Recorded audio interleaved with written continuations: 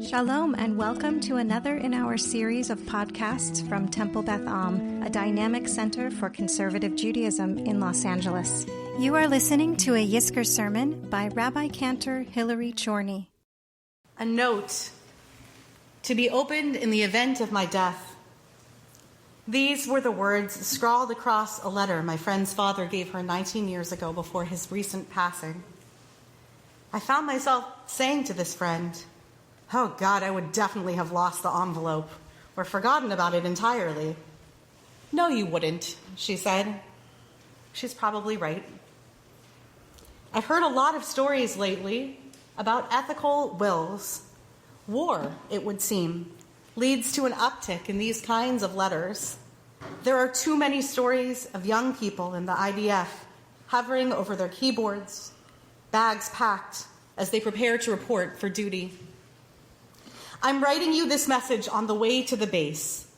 If you're reading this, something must have happened to me. Even if something happens to me, I'm not permitting you to sink into sadness. I had the benefit to fulfill my dream and my purpose, and you can be sure that I'm watching you and smiling a huge smile. These are the words of IDF Sergeant Major Ben Zussman, who fell in a ground action in the Gaza Strip 5 months ago. His posthumous directions to his family and friends were impossible. "When I die, celebrate. In my absence, find happiness." What an unbearably difficult thing to ask of the people you loved, the people who loved you. But of course, we ask the people we love to do the impossible all the time. To be patient with our flaws, to forgive us when we forget to replace the toilet paper roll, or when we offer a nasty retort in an argument, or when they asked us not to do that one thing. And here we go, doing it again. Fair or unfair, we want our loved ones to be happy, even after we are gone. Those wishes have unmatched power when the writer knows that they have the last word. Ethical wills are sometimes audacious enough to give instruction not just about what to do, but insisting on how to feel. You should be happy. You should not sink into sadness. Judaism is not shy about directing emotion.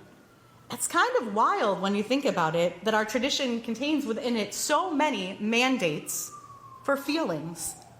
Back in 12th century Spain, Bachya ibn Pekuda categorized these injunctions as chovot halevavot, the obligations of the heart, contrasted with the obligations of the bones. Obligating the heart is, of course, irrational. Take Pesach as an example. It is one thing to tell me that I should offer sacrifices, drink wine, tell the tale of the Exodus, welcome guests, and invite Eliyahu, the prophet, to visit our Seder. Our people can and have mustered these actions even in the darkest of times, even in the loneliness of a pandemic, even in the trauma of war. But our tradition demands kavanah. It prescribes our duties as intentionally emotional ones, that I should offer sacrifices with a sense of gratitude, that I should find merriment in drinking wine, that I should express relief and wonderment in recounting the journey to freedom, that I should delight in my company, or that I should believe wholeheartedly that the Messianic era is near. Judaism is the unrelenting choreographer, demanding that the steps are right, but also that we demonstrate more passion, more energy, more happiness. This isn't an invention of rabbinic Judaism. It's spiritual aftergrowth from the words in our Torah, V'samachta bechagecha, rejoice on your festival. Just as I am supposed to love God, love my neighbor, love the stranger, I am obligated to find happiness in the festival. V'samachta bechagecha v'hayita ach sameach, and you shall rejoice on the festival, and you will even so be happy. The most generous read on that verse comes from Rashi's commentary in the 11th century. He sees a promise rather than a commandment. Not you must be happy, but rather you will be happy. Even in the context of that sanguine interpretation, there is a substantial challenge lodged therein. If I cannot experience happiness on a holiday, it would seem that I'm violating divine command. Today is Tuesday, April 30th, 2024, the seventh day of the Omer, and day about 206 of captivity, wherein hundreds of our Jewish siblings are held captive in Gaza. The challenge of our text weighs with complete devastation. Even so, I am meant to be joyful. To smile in the face of this ongoing historic trauma, that feels brutal. And besides the fact that it seems tasteless, how could I be happy? It also seems out of reach. How can I be happy? Nevertheless, be happy. As Sergeant Major Zussman wrote, don't sink into sadness. Mishnah Moed Katan shines a spotlight on the uncomfortable convergence of grief and prescribed joy. The fixed seasons in the Jewish calendar override any mourning window, so that if a death occurs just a few days before a festival, there is no Shiva. I ruminated on this practice as I stood in the ballroom this Erev Pesach with a family who had just begun to say Kaddish as the Chag descended.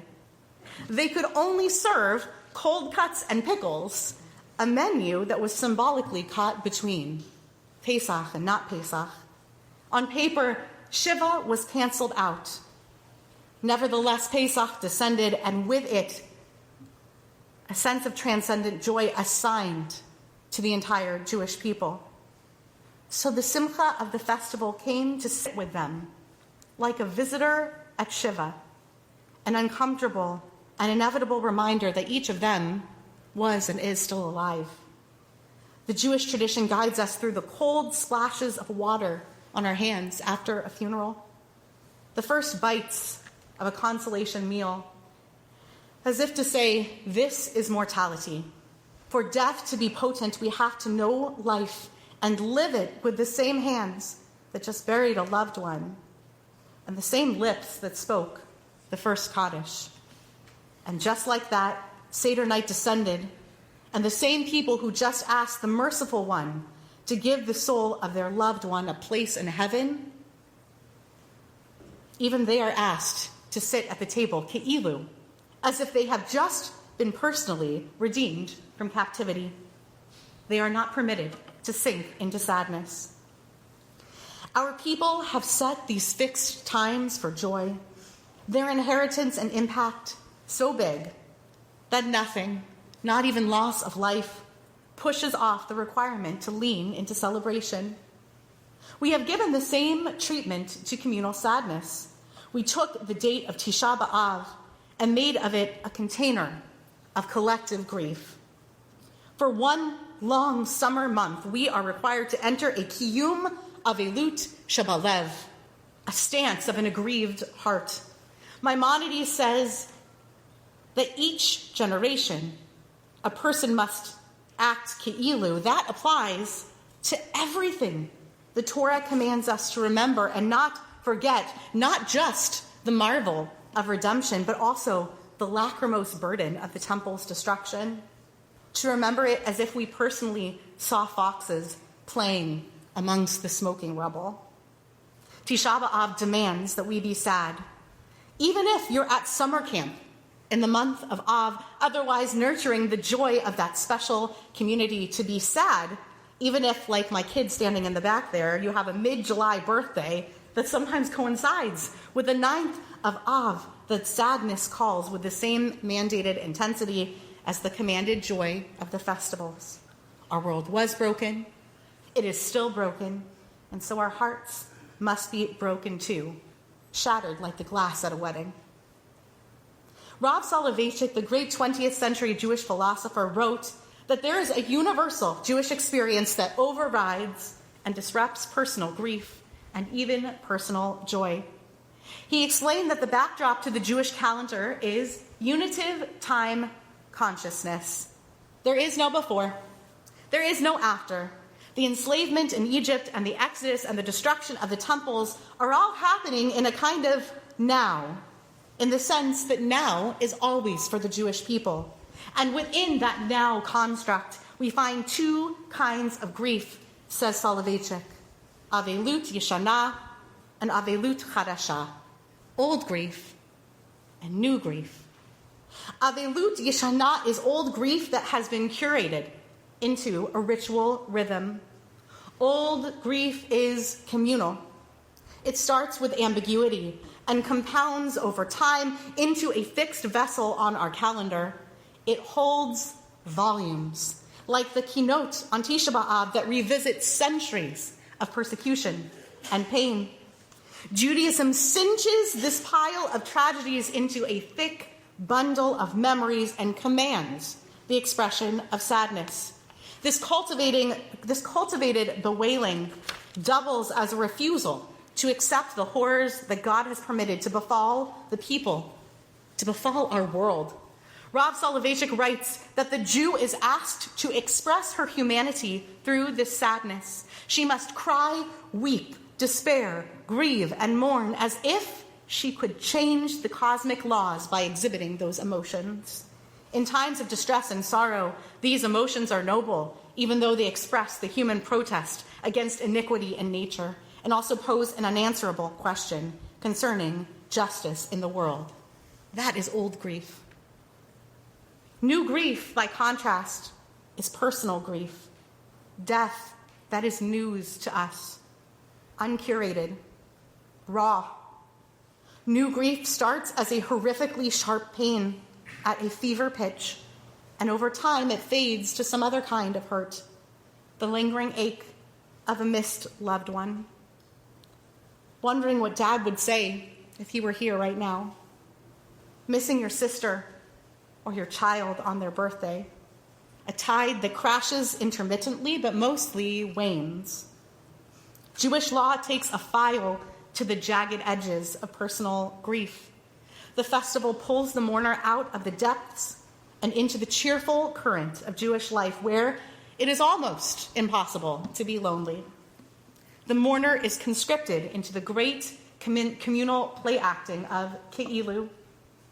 It is pure na'aseh v'nishma, doing the thing until the doing of the thing changes the way that you feel. Calendar joy and calendar grief lead to a powerful phenomenon for our people: emotional reunions. Emotions are individual and singular and so personal that most of the time, most days, we are in emotional diaspora. Your new grief is your new grief. And it doesn't share a timeline with my grief. But a few times a year, we promise to meet and realign our emotions wherever you are, however you feel, whatever you are doing.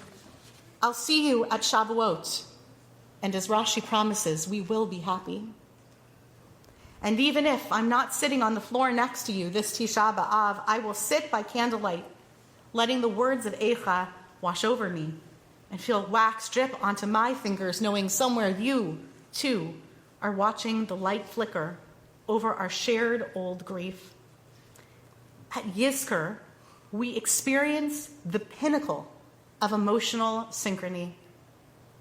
Side by side, we shouted the joyful tunes of Hallel. Now, hand in hand, we will let the tears prick our faces in grief. And then, arm in arm, we'll return to the sweetness of one last Kiddush on this holiday of freedom. At Yizkor, new grief and old grief are neighbors, but they are not the same. And Soloveitchik points to one experiential difference between the two types of sorrow. The new mourner is not permitted to be betrothed into marriage during the season of Avelut. On the other hand, betrothal is permitted on Tisha B'Av, which is the annual peak of old grief. This is how he taught the difference between the purpose of new grief and old grief. New grief is a painful knot in a personal timeline that cannot be undone even by the promise of love.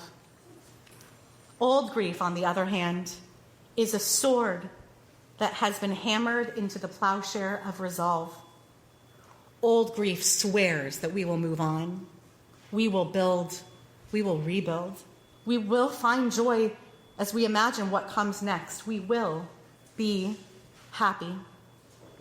In the words of Sergeant Major Ben Zussman, Zichrono Livracha, I hear a young man in a hurry to imagine that the grief over his death will metamorphose from new grief to old grief in a kind of triumph.